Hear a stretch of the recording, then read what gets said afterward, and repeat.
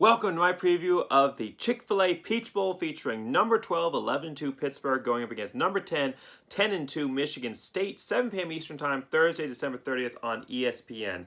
Now, this is a game that a lot of people were looking forward to, a Pittsburgh team that came from nowhere to win the ACC, a Michigan State team that has been on a downward trend, which finally established themselves back at the top of the Big Ten. However, everything has changed in this matchup. It was going to feature one of the best quarterbacks in the country going against one of the best running backs in the country. That is no longer going to happen. Both of these players, Kenny Pickett, a player who threw for over 4,000 yards, fifth in the country in passing, 42 touchdowns, 7 receptions, and Michigan State running back Kenneth Walker III, who rushed for over 1,600 yards this season, 18 touchdowns.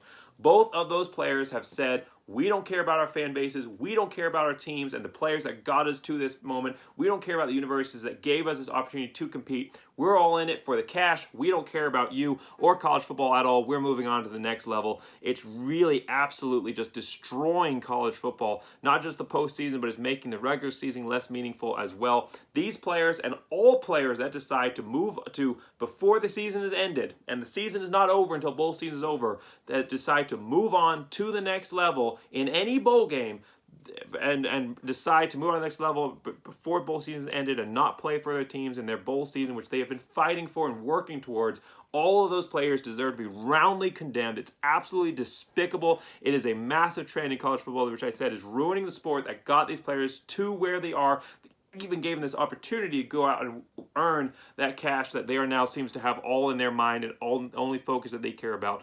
Absolutely disgusting. I just am absolutely aghast that these two players at such a high level, especially Pittsburgh, a team, they were never in the hunt for the playoffs. There's no disappointment here. This is the pinnacle. This is what you wanted to go and win. This is what you wanted to get to, and your quarterback just decides to move on. I don't understand the kind of human being, the kind of moral and character that has to go into a person to make that decision. It's absolutely disgusting. So talking about this bowl game specifically, Michigan State favored by 2.5 points. Pittsburgh given a 62.4% chance of winning, which does not factor in. That's ESPN's FPI's rankings. That does not factor in absence of players. Of course, if it did, Pittsburgh would not necessarily be getting the favor in this one because honestly, loss of a quarterback, that is devastating. I mean, loss of a key running back that you have built your team around, that's huge as well. But loss of a quarterback, that's the key position. Both these players are going to be hard to replace. For Pittsburgh, though, their next guy up has only thrown 140 yards this season. For Michigan State, Simmons, they have a running back here, Simmons, who's rushed for 255 yards. At least that's something. But Pittsburgh is going to really struggle without their number one guy at quarterback. So talking about series history for these two teams, they have played before, 6-1-0. Michigan State earning that series, so 6 wins, 1 tie, 0 wins by Pittsburgh in the series. First ever win was in 1945, a 12-7 win by Michigan State. There was a tie in 1960, a 7-7 tie.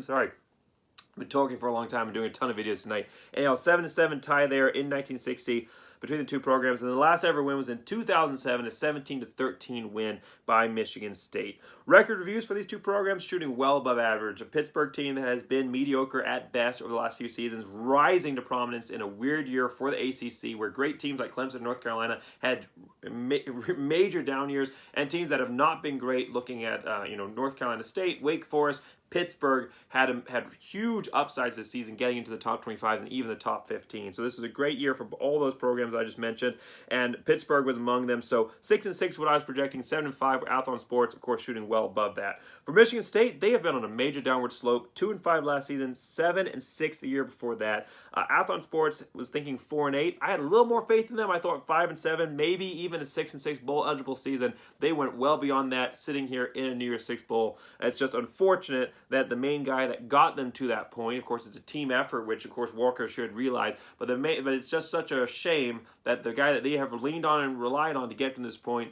doesn't care that they've achieved this and has moved on to the next level already before it's even over. So talking about how these teams got to this point, Pittsburgh started off the season rough, losses to Western Michigan from the MAC and Miami, a team that actually Michigan State managed to beat. So that's interesting, comparing those two like or same games between those two programs. It's a nice way to kind of say, okay, these how these teams match up. I mean, Michigan State was able to beat this team early in the season, whereas Pittsburgh was not. How far have these teams progressed since that point? Can we compare that and maybe predict some outcomes from that game?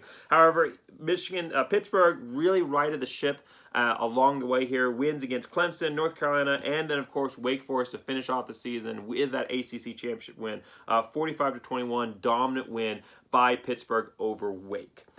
Michigan State, opposite story. Started off the season 8-0, went from not ranked to number 3 in the nation. Like I said, they had that win against Miami along the way.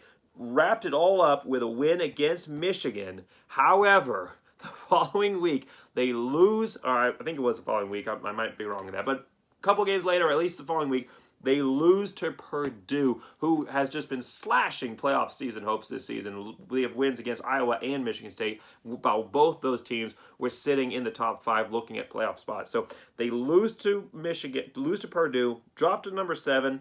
They still have a hope of getting in there. I mean, they own the head-to-head win against Michigan. This committee really loves those head-to-head, favors those head-to-head matchups, but they just get blown out of the water, destroyed by Ohio State. And I think that's part of the reason the Pittsburgh loss of their quarterback is unexplainable. This is the peak. This is the pinnacle. There's no disappointment here. You were never competing for the playoffs. This is the top level that you had to get to.